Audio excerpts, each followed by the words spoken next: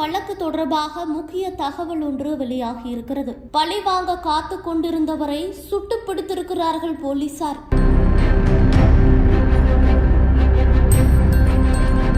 பிரபல ரவுடி சரவணன் என்கிற bomb Saravanan A+ ரவுடிகள் பட்டியலில் இருப்பவர். கடந்த ஆண்டு கொலை செய்யப்பட்ட ஆம்ஸ்ட்ராங்கின் நெருங்கிய நண்பரும் பகுஜன் சமாஜ் கட்சியின் வட சென்னை மாவட்ட செயலாளருமான தென்னரசு கடந்த 2016ஆம் ஆண்டு ஆற்காடு சுரேஷ் கும்பலால் கொலை செய்யப்பட்டார். அந்த தென்னரசுவின் சகோதரர் தான் இந்த பாம் சரவணன். தனது சகோதரர் கொலைக்கு பழிவாங்க ஆற்காடு சுரேஷை கடந்த 2023ஆம் ஆண்டு கூட்டாளிகளோடு சேர்ந்து கொலை செய்ததாக இவர் மீது வழக்கு இருக்கிறது. மேலும் 6 கொலை வழக்குகள் உட்பட 33 வழக்குகளை பிரபல ரவுடி பாம் சரவணனுக்கு தொடர்பு இருப்பதாக சொல்லப்படுகிறது. இது மட்டுமல்ல, பிரபல தாதா காதுகுத்து ரவி, குன்றத்தூர் வைரம், காக்கு வீரன் போன்றோரின் நெருங்கிய கூட்டாளியாக செயல்பட்டு பல்வேறு குற்ற செயல்களில் இவர் ஈடுபட்டிருக்கிறார். கொலை மற்றும் கொலை முயற்சிகளின் போது நாட்டு வெடிகுண்டுகளை வீசி காரியத்தை கச்சிதமாக முடிப்பதில் இவர் கை தேர்ந்தவர். இதன் காரணமாகத்தான் பாம் சரவணன் என ரவுடிகள் வட்டாரத்தில் அழைக்கப்பட்டு வந்திருக்கிறார்.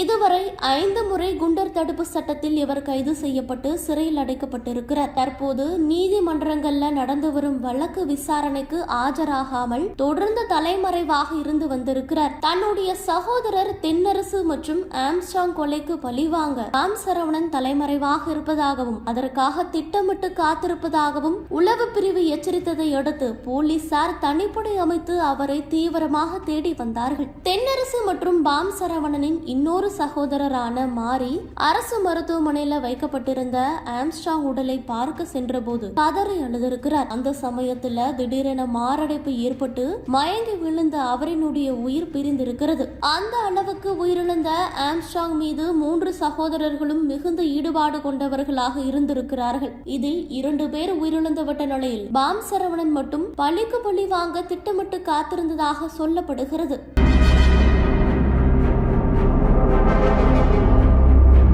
ஏற்கனவே ஆம்ஸ்ட்ராங் கொலை வழக்குல கைதானவர்கள்ல பலர் ஆற்காடு சுரேஷ் கொலைக்கு பழிக்கு பழி வாங்கவே கொலையை அரங்கேற்றியதாக வாக்குமூலம் அளித்திருந்தார்கள். இதனால ஆற்காடு சுரேஷ் தரப்பினரை மொத்தமாக காலி செய்ய பாம் சரவணன் ரகசிய திட்டம் தீட்டி வருவதாக உளவுத்துறை எச்சரிக்கை விடுத்திருந்தது. இந்த நிலையில தான் ஆந்திரா எல்லையில பாம் சரவணன் பதுங்கி இருப்பதாக போலீசாருக்கு ரகசிய தகவல் கிடைத்திருக்கிறது. 1 மாதமாக பாம் சரவணனை தீவிரமாக தேடி வந்த போலீசார் நேற்று மாலை ஆந்திராவில் அவரை கைது செய்திருக்கிறார்கள். அவரை சென்னைக்கு அழைத்து வரும்போது ஆந்திரா சென்னை எல்லை பகுதியில் தனிப்படை போலீசாரை தாக்கிவிட்டு நாட்டு வெடிகுண்டை வீசிவிட்டு தப்பி ஓட பாம் சரவணன் முயற்சித்ததாக சொல்லப்படுகிறது. இதன் பிறகு அவரை காவல்துறையினர் காலில் சுட்டு பிடித்தார்கள். மேலும் பாம் சரவணனிடம் இருந்து ஆயுதங்களும் பறிமுதல் செய்யப்பட்டிருக்கிறது.